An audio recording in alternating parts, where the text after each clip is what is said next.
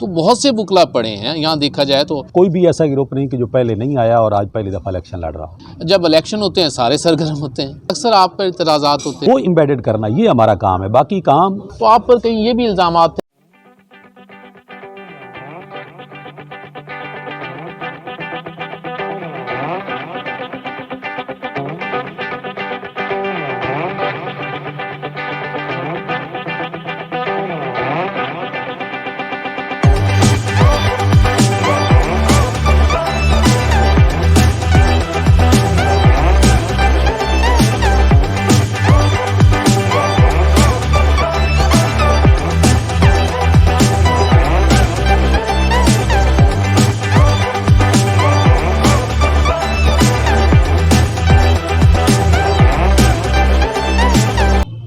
السلام علیکم، پروگرام آپ کی آواز کے ساتھ میں ہوں سید عدنان۔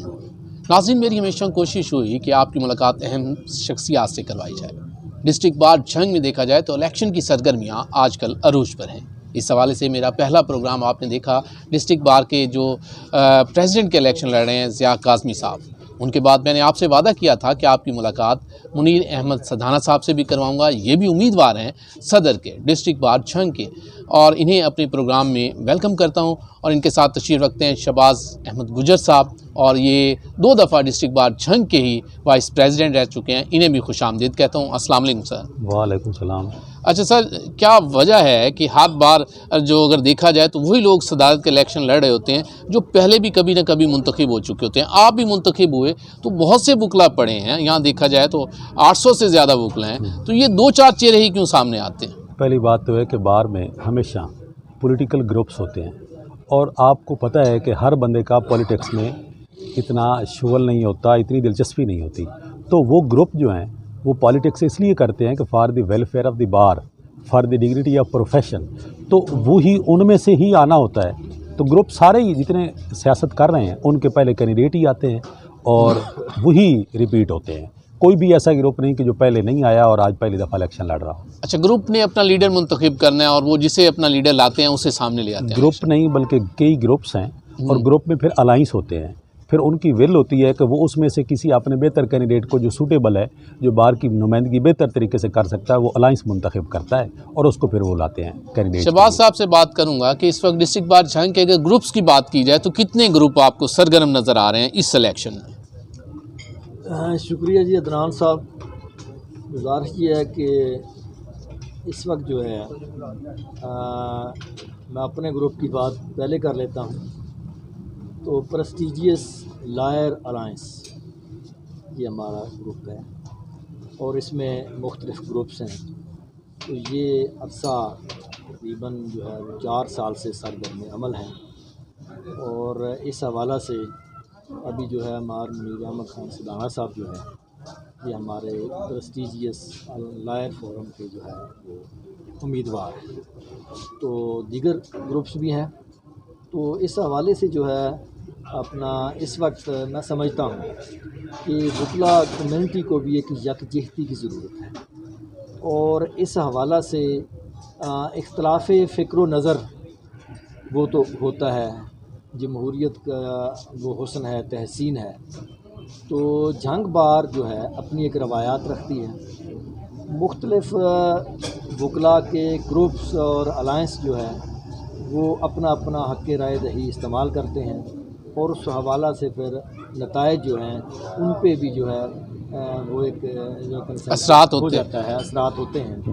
تو الحمدللہ ہمارا جو پریسٹیجیس لائر الائنس جو ہے یہ اللہ تعالیٰ کے فضل و کرم سے جو ہے بڑا جو ہے اس وقت ویجیلنٹ ہے، اور یہ جمہوریت کے لیے ایک صحت مند روایت قائم کرنے جا رہا ہے، اور ہمیں پوری امید ہے کہ وکلا کمیونٹی جو ہے اس الائنس پر جو ہے اپنی بھرپور اعتماد کا اظہار۔ سدھانا صاحب، مجھے یہ بتائیں کہ اس وقت ڈسٹرکٹ بار جھنگ کے اگر دیکھا جائے تو پریکٹس میں کتنے وکلا ہیں؟ ٹوٹل تعداد کتنی ہے اور پریکٹس میں کتنے لوگ ہیں؟ کافی لوگ مجھے ایسے نظر آ رہے ہوتے ہیں ہمیں شہر میں، ہمارے دوست بھائی، یہ کہ وہ LLB تو کر کے پھر رہے ہیں، بار کے ممبر بھی ہیں، لیکن پریکٹس میں شو نہیں ہوتے، لیکن جب الیکشن ہوتے ہیں سارے سرگرم ہوتے ہیں۔